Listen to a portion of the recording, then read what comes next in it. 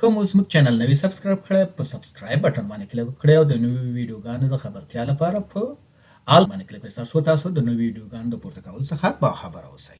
که ویډیو مو خوښه شوه نو په لایک بټن باندې کلیک وکړئ او د نورو سره شریکولو لپاره په شیر بټن باندې کلیک وکړئ. تاسو کولی شئ چې ویډیو په بېلابېلو پروګرامونو کې د نورو سره شریکه کړئ او یا لینک کاپي کړئ چاته یې ولېږئ. کاپي باندې کلیک کړئ او لینک یې خپل ملګري ته یا د چا اړتیا وي هغې ته ولېږئ.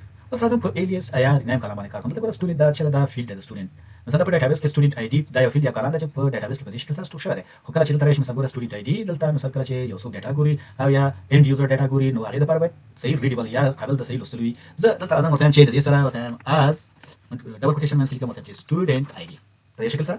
بیا دلته راځم ګوره هماغه کامه دویم کالم دغه end شی دی ګوره. زه ورته وایم چې as بیا ورته وایم چې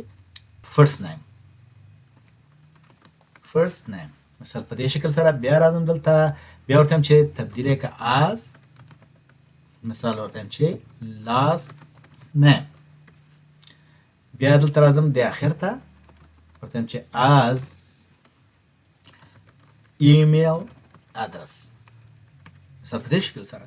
که زه اوس دا رن کړمه د دې نتیجه به موږ ته په لاندې شکل ګوره د student ID څنګه هم چې هلته ټایپ کړو student ID first name last name او ادرس. زه راځم د دې نه دلته د as دې نه چک کوم ریموف کوم. ګورئ دلته as ریموف شو دا مې ریموف کو دا مې ریموف کو.